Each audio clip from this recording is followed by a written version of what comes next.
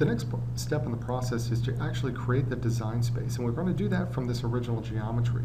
We're going to create a solid part that's going to kind of fill in all of these holes, because when we optimize the part, we want the loads to pass through wherever they can possibly pass through, and in this case they would only be allowed to pass through wherever you have existing geometry. So I do that by double clicking, and I can double click again and go into our sketch or edit mode here, and I can create the part, and then I can use these red edges and create a reference geometry. And when I do that, I can go back in, and I'm actually going to delete some of these curves because I don't want all these curves to be a part of the geometry, the final geometry.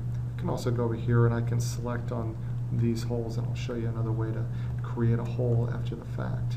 So now that I've done that, I'm just going to right click, and you'll see it looks a little funny here, but it's just laying on top, and I can pull that to the other side.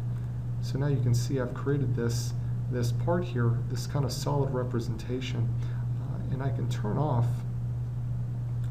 the old part here, and you can kind of see this new solid part of geometry that we're going to consider a design space. Now the only other thing that I need to do here is actually add a hole where there was a hole before. So I'll go ahead and click on this holes option and create a hole, and this is actually a 25mm hole. So you can see that you can sketch on top of geometry, and you can trim away areas as well. So in this case I created a hole, but you could also create any other openings you need in the design.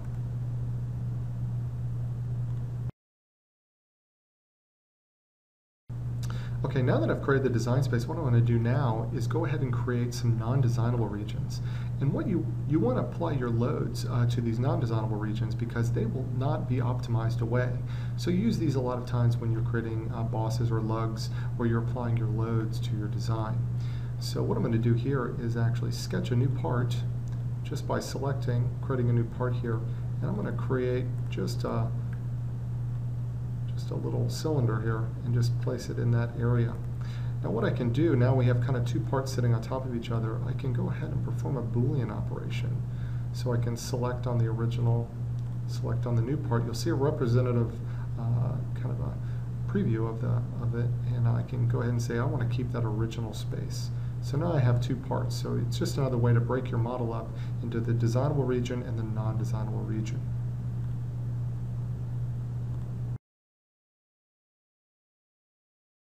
So the last step in creating this design space and getting it ready for the optimization is to cut one hole out of the top here that was there in the original part. So I'm going to turn off these the actual design space and the boss material. And I'm going to go ahead and flip this part upside down. I can go into orthogonal mode. It might be a little easier to see it. And take a look here and go ahead and create a box. So I'm just going to select on this bottom face here, and I can zoom in a little bit and go ahead and create just a box. And if I want, I can place that into a new part. Now I could always have done that in the very beginning, but a lot of times you'll sketch and you'll want to do that after the fact. So I'm just going to go ahead and create a little box of material here, fit the model here, and turn off the original part, and then perform another Boolean operation here. So I can do another Boolean subtract, and I can select the two main parts that we'll start with, and then we can subtract this part away. So you can kind of see what I'm accomplishing here, and I can go and perform the Boolean operation, and then I can define this as a design space. By doing that, now you'll see the non-designable regions, the designable regions, and then the two rails that we're going to use for the optimization.